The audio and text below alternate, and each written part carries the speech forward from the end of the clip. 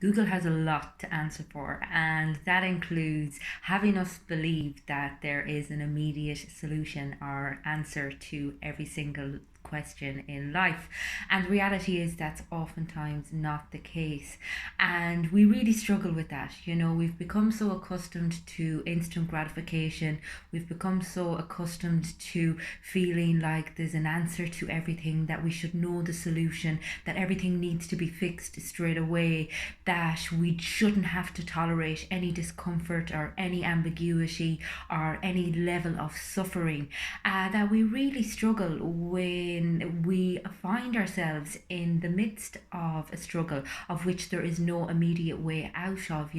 And yet we find ourselves in that place on a day-to-day basis. I mean, oftentimes in our relationships, with our health, in our careers, we find ourselves stuck and not really knowing what the solution is, and we become so bewildered with it that it consumes us. We just want to run away from it. We want to avoid having to deal with the intolerable sensation of not being in control of our own fate, not being in control of our own life. And the reality is oftentimes we're not. And it's been able to sit with that. It's been able to tolerate the things that sometimes that you cannot control. I always reflect back on the serenity prayer. I think it's used in the 12 step program. And it's that, grant me the serenity to accept things that I cannot change, the courage to change the things that I can, and the wisdom to know the difference. And it's such a lovely sentiment, because I mean, literally that is the way that we need to live our lives. We need to have the bravery inside of us to be able to take the necessary steps to move ourselves out of difficult situations, even when it's very scary to us. But we also need to have the humility, the tolerance, and the patience to be able to sit with things when they're not exactly going our way, when they're not going according to plan, or when things are just going badly for us. And to be able to, I suppose, recognize that we're in a bad place without over identifying with it, finding a little bit of middle ground. And that's something we really struggle with. I mean, we tend to be very black or white. We're all or nothing. And when it comes to, either not having to change a situation but not over identifying with it, we tend to want to do one or the other. Likewise, when it comes to our emotional experience, we tend to either want to feel all of the feelings, or we want to completely suppress the whole goddamn lot of them because we can't deal with the gravity of them and the actual intensity of them. And it's been able to find that middle place, that little sweet spot where, and it's a Buddhist concept, this whole idea of the middle way, the middle ground, not having to be so extreme in our thinking and so extreme in the way we live our lives. And it actually dates back a little bit further. I think it was Aristotle that had a golden mean, and this whole idea of any trait that there is, even if it's a positive or negative trait, that too much of it can be a bad thing.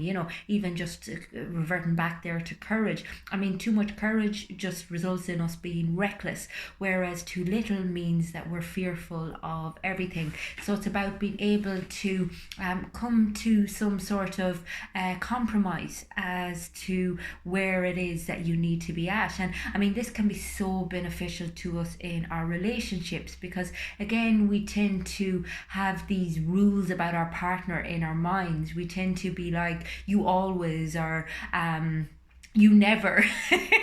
And you hear yourself thinking these things in your head all the time. I mean, literally, your partner could forget to wash the dishes one time, and all of a sudden in your mind it's like, he never washes the dishes, which is so untrue. But it's just, and that's a very straightforward example, but it's just that's the way that we think, that's the way our mind works, and we think like that about ourselves as well. We're very much, I always fail, or I'm never good enough, as opposed to seeing each individual example for what it actually is, and giving ourselves a little bit of leniency, recognizing that it doesn't have to be all or nothing, that we can I suppose, tolerate a little bit of ambiguity, a little bit of ambivalence, that we can be both a really genuinely good person, but that we can also be such a shithead at times, that we can be so competent in some areas of our life and then not so much in others, and that doesn't make up who we are as a whole. We tend to kind of think very dualistically. We tend to assume that, kind of there's this paradigm for successful living, which means that we have to be very much all or nothing, and we're either a failure or we're a success, and that's just not how it is. Likewise, when we undertake endeavors in life, when we try to change an aspect of ourselves, we assume that there should be these instantaneous results. We assume that we should be a champion of whatever it is that we undertake immediately, and that's not how it works either. I mean, Jesus, I've seen it in my own career. It's kind of one step forward and two steps back, and that's part and parcel, and you make mistakes, and that's where all the growth is, that's where all the learning is. And it's having, as I said, the integrity and the humility and the modesty to recognize that you're not perfect, that you're far from it, but so is everybody else. And we're all united in that fallibility. We're all struggling. We all have our own cross to bear, and nobody is any better than anybody else. And again, when we're talking about these extremes, we tend to either feel superior all the time or else completely inferior. And it's about, again, finding that middle ground, recognizing that you don't have to, like somebody else doesn't have to be put down in order for you to rise. Likewise, somebody else doesn't have to, kind of push you down in order for, you to feel badly. It's basically recognizing that you're average, just like the lot of us, and you're beautifully average, and you're special at the same time, and you're all of these things.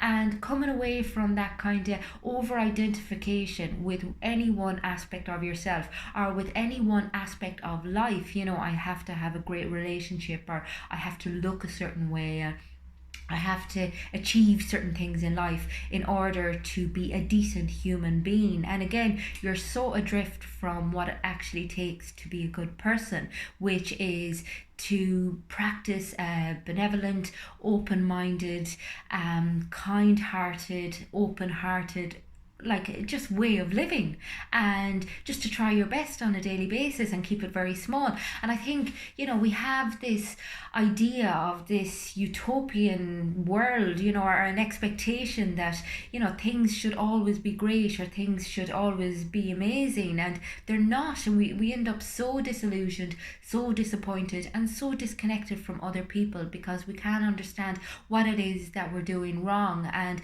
we see ourselves as a problem to be fixed as opposed to being pretty much okay the way we are. And again, it's back to that kind of concept of a middle ground. It's finding acceptance for where you're at the moment, but also recognizing that there is always room to develop. There is always room to expand on your self-awareness. You can be too hard on yourself, you can be too easy on yourself, or you can give yourself a compromising level of encouragement to become the best version of yourself that you possibly can, as opposed to having to reach these crazy standards, or else feel like there's no point in doing anything because you're just going to fail anyway. So it's just a thought. As I said, I love the concept of the middle way, and I love, I suppose, people to recognize that it's okay to not have all of the answers, and it's okay to experience a little bit of pain, because nothing lasts forever. Good times don't last forever, bad times don't either. So if you can learn to tolerate and learn to, I suppose, sit with what it is that you're being taught or what it is that's available to you, and try to switch your focus to what it is that is good in your life, you will find it so much easier to get through the struggles. If you're struggling and you'd like to work with me, get in touch with me on my website. It's fundamentals.ie.